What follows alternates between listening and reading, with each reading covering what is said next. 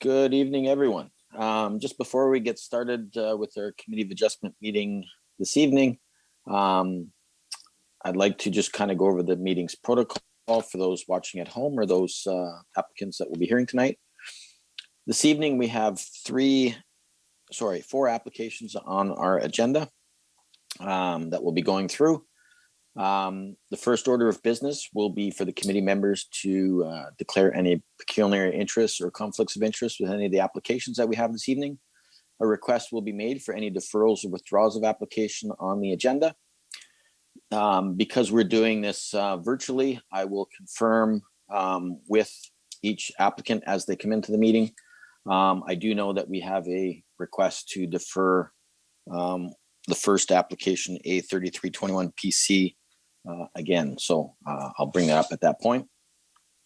The committee's secretary treasurer will read out each application on the agenda and provide a brief description and a staff recommendation, as well as any correspondence that's been received since the time of writing of the report. The applicant or the agent for the applicant will then be brought into the meeting, introduce themselves, will have an opportunity to add any additional information that they wish to at that time.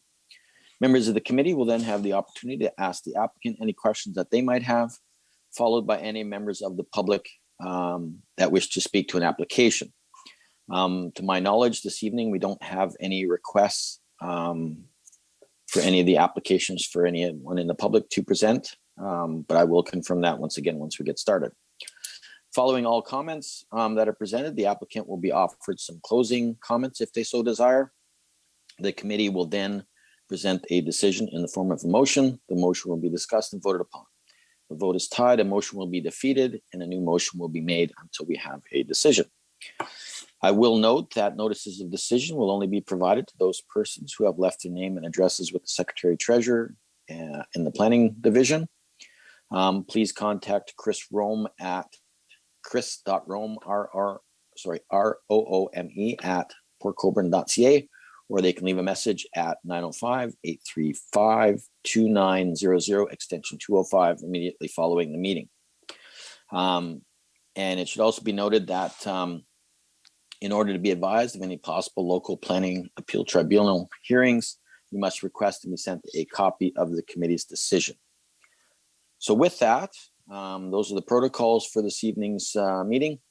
I trust everyone understands those. I'll look for any conflicts of interest first, if any of the committee members.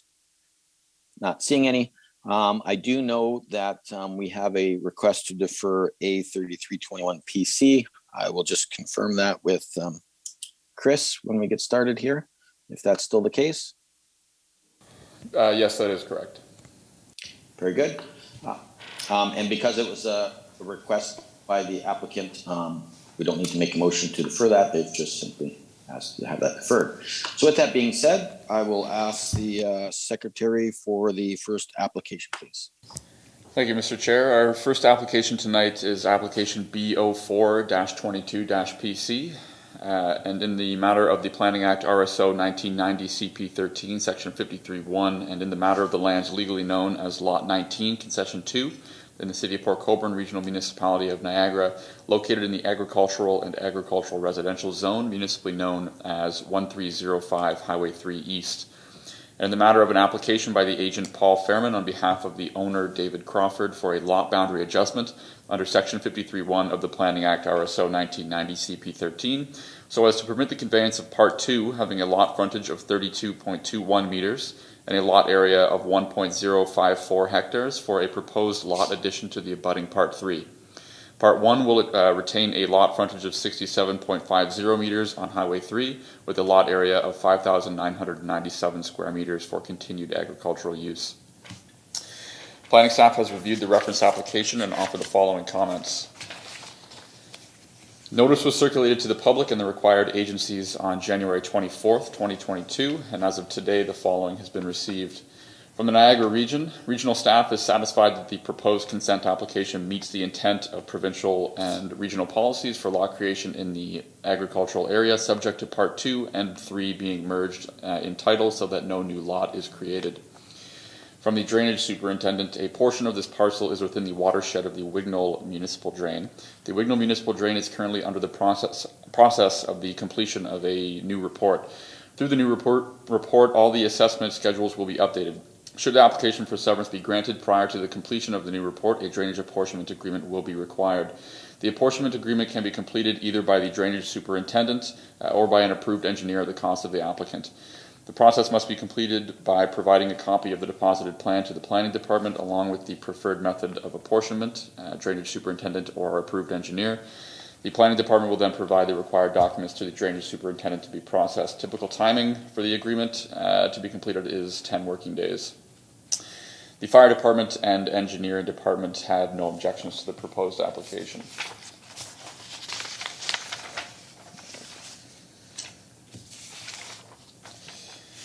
Planning staff recommends that consent application B04-22-PC be granted subject to the following conditions.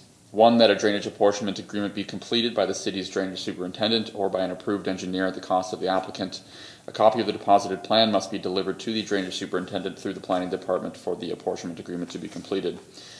2, that the applicant provides the secretary treasurer with the deeds in triplicate for conveyance of the subject parcel or a registrable legal description of the subject parcel, together with a paper copy and electronic copy of the deposited reference plan, if applicable for use in the issuance of the certificate of consent. 3, that a final certification fee of $216 payable to the City of Port Colborne be submitted to the secretary treasurer. 4, that Part 2 merges with Part 3. And 5, pursuant to Section 5012 of the Planning Act RSO 1990, it is hereby stipulated that Section 50 subsection 3 or 50 subsection 5 shall apply to the subsequent conveyance of or other transaction involving the identical subject parcel of land. For the following reasons: 1, the application conforms to the provincial policy statement, the policies of the regional official plan, City of Port Colborne official plan, and will also comply with the provisions of zoning bylaw 6575/3018 as amended. And 2, this decision is rendered having regard to the provisions of subsection 51, subsection 24 of the Planning Act RSO 1990 CP 13. And that concludes the correspondence for this application. Thank you. Can we bring in the agent for the applicant, please?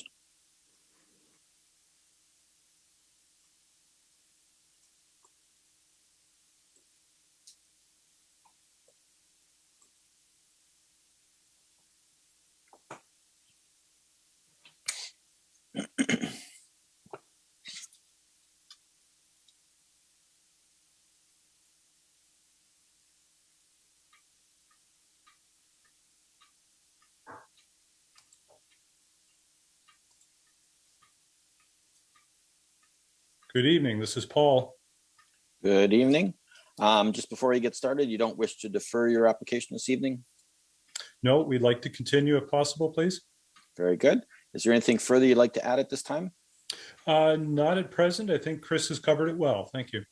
Thank you. Do any committee members have any questions of the applicant this evening? Not seeing any. I don't believe, Chris, if you can confirm that anyone has requested to speak to this application. To you, Mr. Chair. Yeah, that's correct. There are no delegates for this application. Thank you. Since there's no comments, look for a recommendation from someone. Gary? Thank you, Mr. Chair. In respect to application B04-22-PC, concerning the lands legally known as Lot 19, Concession 2, municipally known as 1305 Highway 3 East, the consent application B04-22PC be granted subject to the conditions outlined in the staff report dated February 4th, 2022 for the following reasons. 1, the application conforms to provincial policy statement, the policies of the regional official plan, City of Port Colborne official plan, and will also comply with the provisions of zoning bylaw 6575/30/18 as amended. And 2, this decision is rendered having regard to the provisions of subsection 51-24 of the Planning Act RSO 1990 CP 13. Thank you. Can I get a seconder to that? Eric? Any questions or comments? Not seeing any. All those in favor? That'll be carried. Thank you. Mr. Furman, there is a 20-day waiting period, but other than that, you should be good to go. Very good. Thank you all very much for your time and for the help of the staff. Have a good evening. Take care.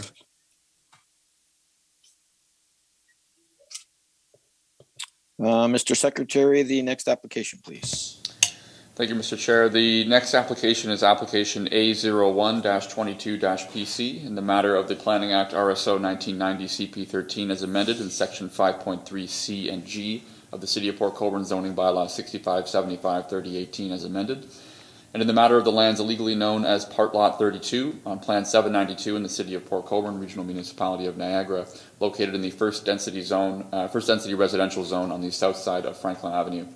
And in the matter of an application by the owner Miles Tonys for relief from the provisions of zoning bylaw 6575/3018 as amended under section 45 of the Planning Act RSO 1990 CP13 for a proposed single detached dwelling notwithstanding the following. One, that a minimum front yard setback of 4 meters be permitted whereas 6.5 meters is required. And two, that a minimum rear yard setback of 4.1 meters be provided whereas 7 meters is required. The applicant is seeking to build a detached dwelling on the subject lands, and due to the proposed front and rear yard setbacks, the minor variance is required.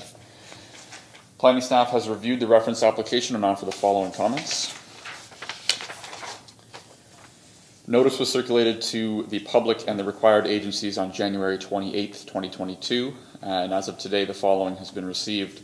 From the engineering department, drainage superintendent, and fire department, they have no objections to the proposed application. Given the information in the planning staff report, planning staff recommend that application A01-22-PC be granted for the following reasons. One, it is minor in nature as the requested variances are considered reasonable and measured requests. Two, it is appropriate for development of the site as the dwelling is located in a suitable location on the site. Three, it is desirable and in compliance with the general intent and purpose of the zoning bylaw as the majority of the requirements of the bylaw have been satisfied. And four, it is desirable and in compliance with the general intent and purpose of the official plan as detached dwellings are permitted in the urban residential designation. And that concludes the correspondence for this application. Thank you. Can we bring in the applicant or the owner, sorry, for this particular one?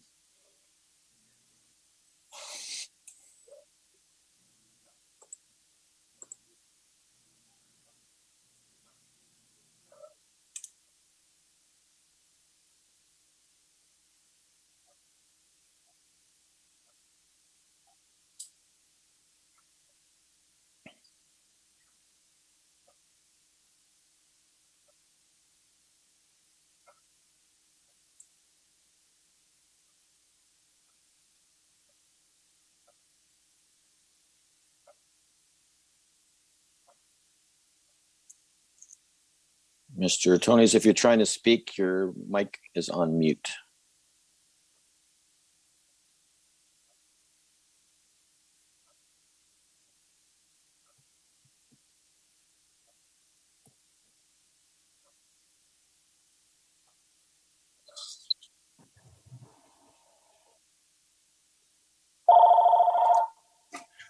Hi. Good evening. Yeah, finally got it figured out. Perfect. Just coming into the meeting, you don't wish to defer your application this evening? No. Thank you. Is there anything further you'd like to add at this time? No, that's pretty well covered it. Perfect. Thank you. Do any of the members of the committee have any questions for the applicant this evening? Not seeing any. And again, Chris, just to confirm, we don't have any members of the public that wish to speak to this. That is correct. There's no delegates for this application. Thank you. Eric, did you have a question?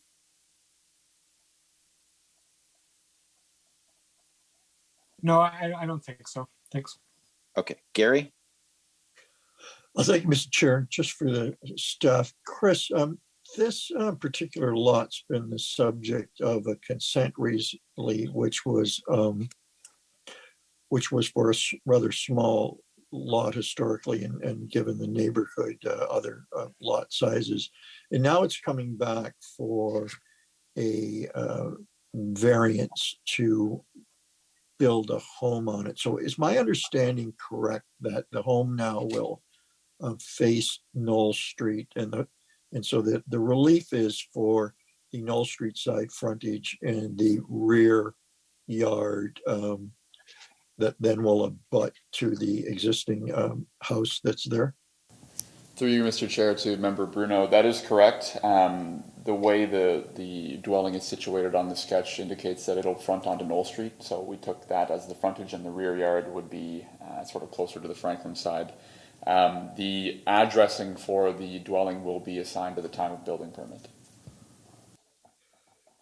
Thank you. And just, I guess I'm concerned that in general, no offense to the applicant, that it's sort of I call it mission creep. We get a consent for a really small lot, and then we come back and we get a variance for the house because it's tight on that lot. And so my concern is that there can be no decks or porches, that the house is the house, and that's the setbacks. Anything further cannot go outside that building envelope is shown on the drawing. Through you, Mr. Chair, to Member Bruno. That is correct. They could apply, but we'd have to review it just to make sure it meets those requirements. But generally, decks are permitted to encroach into rear yards a little bit. But again, we would need to review a site plan. Would that be the subject then of a new application? Through you, Mr. Chair, it would start with a building permit application. If we identify part of the application process for a building permit is to get planning review and approval. So we would get a chance to review any decks that would be proposed. So we would be able to identify if a variance was needed at that time. Thank you. I have no further questions. Thank you. Anyone else have any questions? I do have one to Chris. Maybe I should have asked this earlier. I'm showing that the proposed dwelling is going to cover about 39% of the lot. Off the top of your head, what's the maximum lot coverage here? To you, Mr. Chair, it's either 40% or 50%. I'm sure it's 40%. Yeah, Dave's confirming that as well. Okay.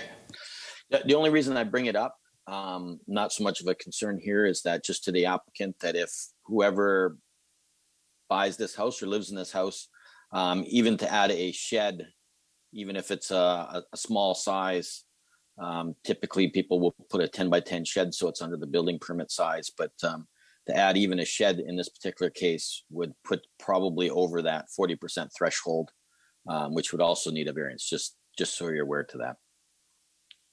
Aside from that, if no one else has any other questions or comments, I'll look for a recommendation. Eric? Yeah. In regards to application A01-22-PC for the lands legally known as Part Lot 32 on Plan 792 on the south side of Franklin Avenue, minor variance application A01-22-PC be granted for the following reasons. One, it's minor in nature as the requested variances are considered reasonable and measured requests. Two, appropriate for development of the site as the dwelling is located in a suitable location on the site. Three, desirable and in compliance with the general intent and purpose of the zoning bylaw as the majority of the requirements of the bylaw have been satisfied. Four, desirable and in compliance with the general intent and purpose of the official plan as detached dwellings are permitted in the urban residential designation. Thank you. Can I get a seconder to that? Angie? Any questions or comments? All those in favor? That'll be carried. Thank you. Mr. Tonys, there's a 20-day waiting period. If you've already made application for your building permit, I was going to say you can either start that process or you'll have to wait the 20 days for any appeals. But other than that, you should be good to go. Okay, thank you very much. Thank you. Have a good evening. Yeah, you too. Bye. And with that, Mr. Secretary, the last application. Thank you, Mr. Chair. Just one thing of note: the applicant for this application isn't in attendance right now. The link was sent out, but we have no record of him being in the meeting right now. Other than that, I will carry on with the correspondence here. Our next application is application B05-22-PC, and in the matter of the Planning Act RSO 1990 CP 13, section 53(1). And in the matter of the lands legally known as Concession 1, lots 31, 32, 33, 57, 58, and 59 on Plan 799 in the city of Port Colborne, Regional Municipality of Niagara, located in the Lakeshore Residential Zone on the north side of Fire Lane 3. And in the matter of the application by the owners Peter Smith and Donna Bonato for a severance under Section 53, subsection 1 of the Planning Act RSO 1990 CP 13, so as to permit the conveyance of Part 1 having a lot frontage of 14.251 meters on Fire Lane 3 and a lot area of 834.65 meters squared for a future residential use. Part 2 will retain a lot frontage of 23.472 meters on Fire Lane 3 with a lot area of 1,018 meters squared for a future residential use. These lots are existing lots of record, and the application proposes a larger lot area and frontage than what is existing, and as a result, no minor variance is required. Planning staff have reviewed the reference application and offer the following comments. Notice was circulated to the public and the required agencies on January 24th, 2022, and as of today, the following has been received. From the Niagara region, regional staff is satisfied that the proposed consent application meets the intent of provincial and regional policies subject to the following conditions, which I will outline during the recommendation. From the drainage superintendent, a portion of this parcel is within the watershed of the Oil Mill Creek Municipal Drain. The Oil Mill Creek Municipal Drain is currently under the process of a completion of a new report. Through a new report, all assessment schedules will be updated. Should application for severance be granted prior to the completion of the new report, a drainage apportionment agreement will be required. The apportionment agreement can be completed either by the drainage superintendent or by an approved engineer at the cost of the applicant. This process must be completed by providing a copy of the deposited plan to the planning department along with preferred method of apportionment, drainage superintendent, or approved engineer. The planning department will then provide required documents to the drainage superintendent to be processed. Typical timing for the agreement to be completed is 10 working days. The fire department and the engineering department had no objections to the proposed application.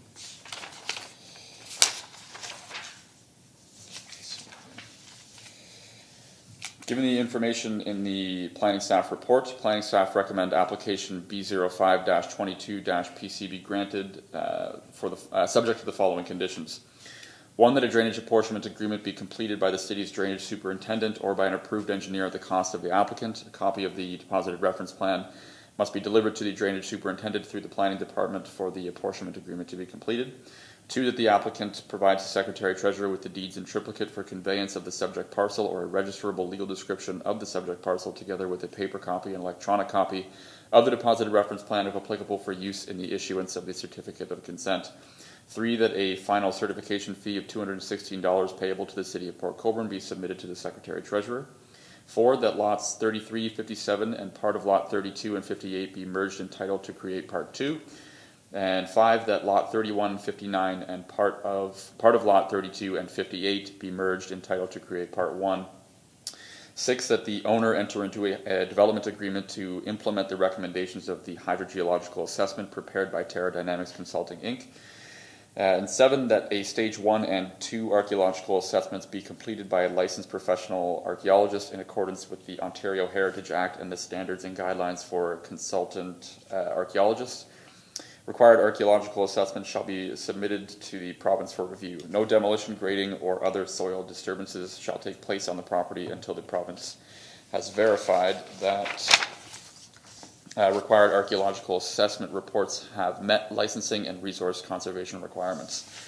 For the following reasons: 1, the application conforms to provincial policy statement, the policies of the regional official plan, City of Port Colborne official plan, and will also comply with the provisions of zoning bylaw 6575/3018 as amended. And 2, this decision is rendered having regard to the provisions of subsection 5124 of the Planning Act RSO 1990 CP 13. And that concludes the correspondence for this application. Thank you. And we don't have the applicant here this evening. So with that, since I can't add any further comments, do any committee members have any questions with regards to this particular application? And Everyone's shaking their head no. I guess it's a little disappointing that the applicant wasn't here to answer potentially any questions that we had. So with that, I will ask for a recommendation going forward. Angie? Thank you. Application B0522 PC. The lands legally known as concession 1, lot 31, 32, 33, 57, 58, and 59.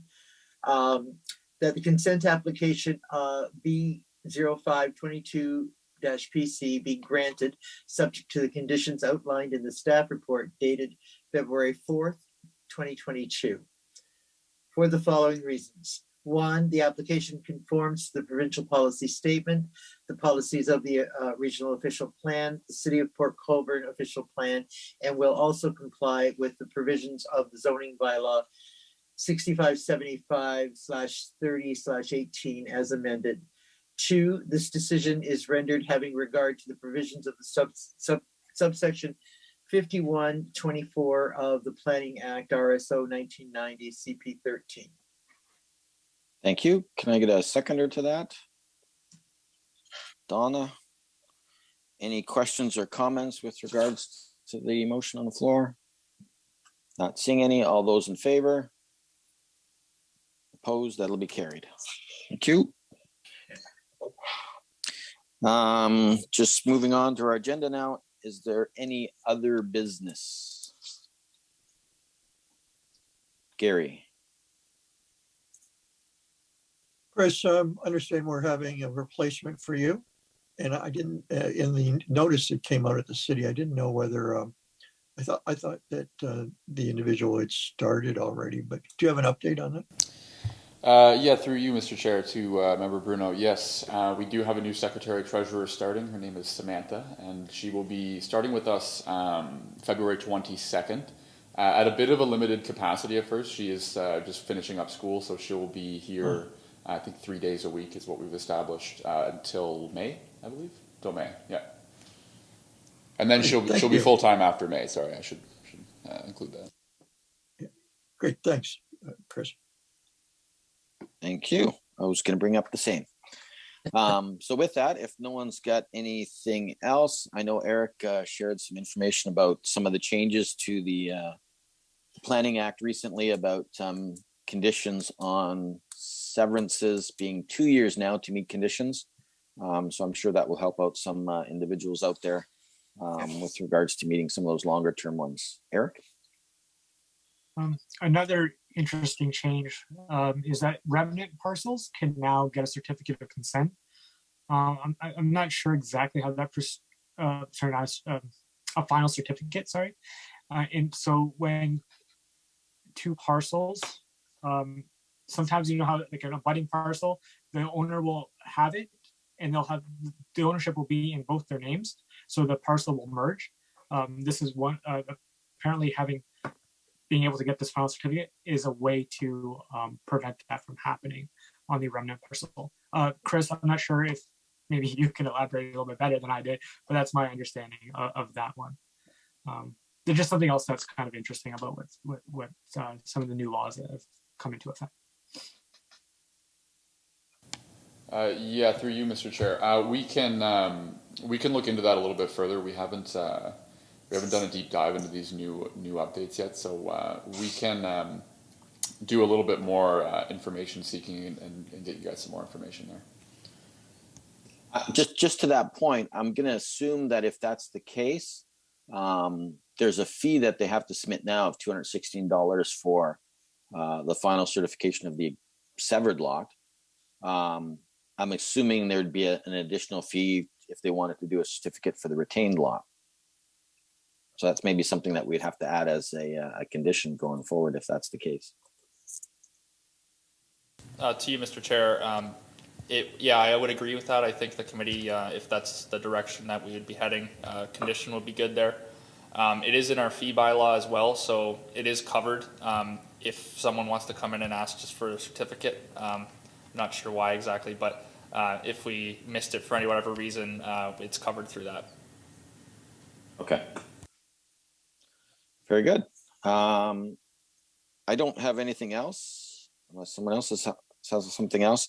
I knew we do show the minutes of our last meeting on our agenda for this evening, but there was no minutes in my package. I don't know if that was the case with everyone. So we will not be passing those minutes this evening. We'll catch them next month. So with that, if no one else has got anything to bring up, I will consider this meeting adjourned.